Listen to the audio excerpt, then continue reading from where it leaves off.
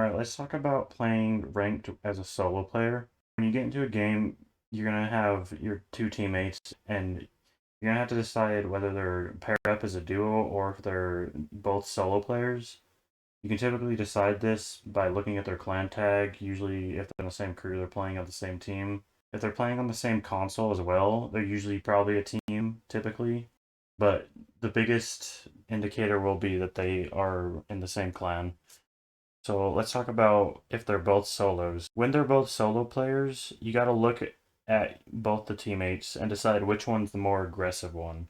If both of them are aggressive players, as in they're both pinging a lot, they're both doing pushes by themselves, they're both leaving the team during looting time, then you now have to switch your playstyle in order to basically play around them.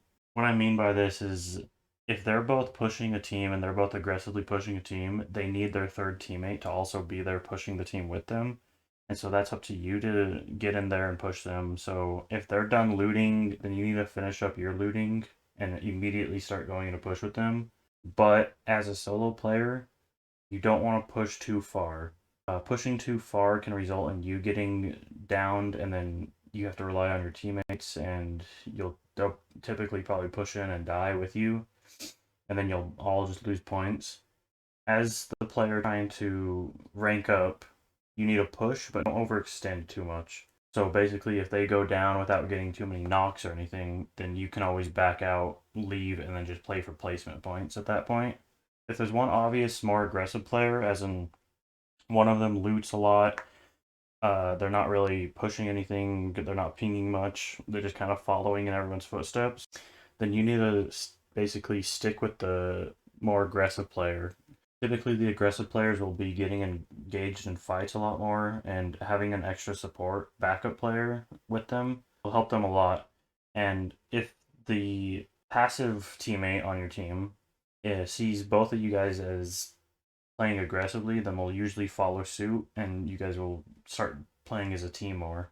Now, if they're both passive players, they're both looting a lot, they're both not really pushing anything, they're not making many choices, not many decisions, you need to switch your play style to play with them, and you need to start playing passively as well. If you play aggressive with two passive players, you're not really ever going to get any backup. You guys need to play defensively, play for ring, get to ring, hold the edges of the ring. You guys will get a lot further in the ranks if you are playing passively with your team. Basically, what you want to do is have your team all in one mindset rather than everyone's fragmented into one aggressive, one passive, and then one following suit on everything else. Now, if both your teammates are duos, usually they'll have the same clan tag.